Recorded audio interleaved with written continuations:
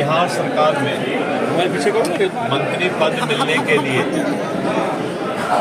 Bharatiya Janata party के केंद्रीय नेतृत्व और प्रदेश नेतृत्व पूर्णिया अररिया किशनगंज के सभी कार्यकर्ता एवं जनता का मैं शुक्रगुजार हूँ, उन्हें धन्यवाद देता हूँ। मंत्रिमंडल विस्तार में जो विभाग मुझे दिया गया है, राजस्व विभाग, बहुत दिनों से पूरे बिहार के लिए ये विभाग चुनौती बना हुआ है और जिस तरह से भू माफिया और पदाधिकारियों के सांठगांठ, विभाग के सांठगांठ से पूरे बिहार में जमीन के समस्या का निदान नहीं निकाला जाता है और भ्रष्टाचार भी लोगों को शिकार होना पड़ता है।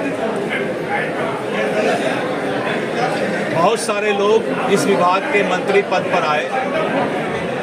मैं इतना ही कहूंगा कि मैं एक ईमानदार छवि का आदमी हूं। राजनीति में मैं सेवा की भावना से आया हूं। पैसा कमाने की ना मुझे जरूरत है, ना चाहत है। इसका असर पूरे विभाग पर पड़ने वाला और भू माफिया, जमीन माफिया और वैसे पदाधिकारी जो जमीन विवाद को लटका कर रखते हैं, उनको सभी को मैं आगाह करता हूं कि अपनी शैली में वो सुधार ले आए। किसी भी तरह का कोई शिकायत जनता से जमीन विवाद पर आएगा तो वहां के पदाधिकारी और संबंधित कर्मचारी, उनके ऊपर कड़ी से कड़ी कार्रवाई की जाएगी। किसी तरह का चॉइस पोस्टिंग नहीं होगा और आने वाले समय में, चूंकि जिस दिन मैं मंत्री बना आचार संहिता लग गया, तो हमारे कुछ सीमाएं जो है बंद गई। लेकिन जैसे आचार संहिता खत्म होता है, पूरे बिहार को ये दिखाई पड़ना शुरू हो जाएगा कि चुनौती को भी अवसर में कैसे बदला जाता है और इतिहास भी याद रखेगा कि कैसे आदमी को मंत्री बनाया गया था जिसके अंदर मजबूत इच्छा शक्ति रहने के कारण राजस्व विभाग में भी सुधार लाया जा सकता है। गरीब को, भूमिहीन को जमीन देना है। सरकार का घोषणा है कि सभी भूमिहीन को, लाल कार्डधारी को जमीन उपलब्ध कराया जाए, उनको घर दिया जाए। लेकिन गरीब को जमीन देने का भी मामला लंबित है। आज भी बहुत से गरीब फुटपाथ पर रहने को मजबूर हैं। आए दिन जिला प्रशासन, सरकार और न्यायालय का आदेश होता है कि अतिक्रमणकारियों को हटाया जाए। लेकिन राजस्व विभाग इस बात की चिंता करेगी कि अगर कोई गरीब किसी कारणवश कहीं अतिक्रमण करके अपनी जिंदगी को पाल पोस रहा है, भरण पोषण कर रहा है, तो उसका सही फिर से पुनर्वास हो जाए, तभी उनको जो है अतिक्रमणकारियों को वहां से हटाया जाए। ये मैं किसी बिजनेस, व्यवसाय करने वाले के लिए नहीं बोल रहा हूँ। वैसे लोग जो किसी तरह अपना आसमान के नीचे रहने को मजबूर हैं, तो राजस्व विभाग इस बात की भी चिंता करेगी कि सभी भूमिहीन को जमीन मिले और उनको घर मिले। और आने वाले समय में नरेंद्र मोदी जी की सरकार और बिहार सरकार दोनों मिलकर इस काम को अंजाम देने के लिए तैयार है।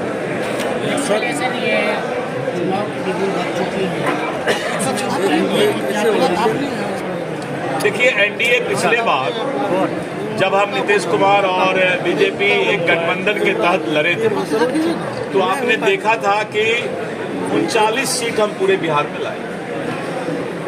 ठीक कमोबेश वही गठबंधन इस बार भी नजर आ रहा है बिहार में और इस बात से जनता आश्वस्त है कि केंद्र में नरेंद्र मोदी जी की सरकार तीसरी बार भारी बहुमत से बनने जा रही है। ये जनता कह रही है, क्योंकि नरेंद्र मोदी जी का एक सशक्त नेतृत्व का कोई विकल्प अभी नजर नहीं आ रहा। पूरे दुनिया के अंदर कल तक भारत हाथ पसारने वाला देश था, आज मुट्ठी बांधने वाला देश है। हाथ पसारने वाला मतलब कांग्रेस, हाथ पसार दीजिए तो क्या हो जाएगा? कांग्रेस। अब मुट्ठी बांध लीजिएगा तो क्या हो जाएगा? कमल। तो आज मजबूत राष्ट्र पूरे दुनिया में भारत जो है आज बना हुआ है, ये नरेंद्र मोदी जी के सशक्त नेतृत्व का फल है। हम 40 में 40 सीट जीतेंगे, हमारा सारा तैयारी है, हम जमीन पर है, हमारे कार्यकर्ता जमीन पर है, बूथ पर है, और उसका रिजल्ट जब आएगा जून में तो आप देखेंगे कि हमारा 40 में 40 सीट। सर आप जिस देखिए अभी कैंडिडेट बहुत जगह तय नहीं हुआ, अभी तो चुनाव का कल घोषणा ही हुआ है और एक सप्ताह के अंदर सारे कैंडिडेट पूरे देश का तय हो जाए। सर सीट शेयरिंग पर कुछ बात बनी है? सीट शेयरिंग हमारा फाइनल हो चुका है। जदयू, बीजेपी, हम, लोजपा, रामविलास सभी लोगों से जो है सीट शेयरिंग फाइनल हो चुका है। 1-2 दिन में आप सभी लोगों को बता दिया जाएगा। मालूम चल रहे हैं ऐसा कहा। देखिए पशुपति पारस जी जब कल उन्होंने परसों बैठक भी किया, उन्होंने कहा कि नरेंद्र मोदी जी के नेतृत्व पर हम विश्वास करते हैं, लेकिन हमारा भी अस्तित्व बचा रहे इस बात की कोई भी चिंता करता है, कोई भी नेता इस बात की चिंता करता है कि उसका पार्टी और उसके कार्यकर्ताओं का अस्तित्व बचा रहे, तो क्या रास्ता हो सकता है उसकी भी चिंता की जा रही है। सर आप जिस तरह से कह रहे हैं कि भ्रष्टाचार पर लगाम लगेगा, तो आपके अधिकारी भी तो जो है भूमाफियाओं से साठगांठ में लगे। देखिए दिलीप जायसवाल जो है बहुत लंबा प्रशासनिक हमें तजुर्बा है, और मैंने कहा ना कि चुनौती को कैसे अवसर में बदला जा सकता है, ये चीज मैं राजनीति में लोगों को दिखाऊंगा, पदाधिकारियों को भी बताऊंगा और माफियाओं को भी बताऊंगा कि कानून का राज कैसा होता है। और आप आचार संहिता के बाद 3 महीना के अंदर देखेंगे कि बिहार का जो सबसे जटिल विभाग है राजस्व विभाग, वो विभाग अपना काम ईमानदारी से करेगा, और जो नहीं करेगा उसका जगह जेल में होगा। धन्यवाद सर। बहुत बहुत धन्यवाद।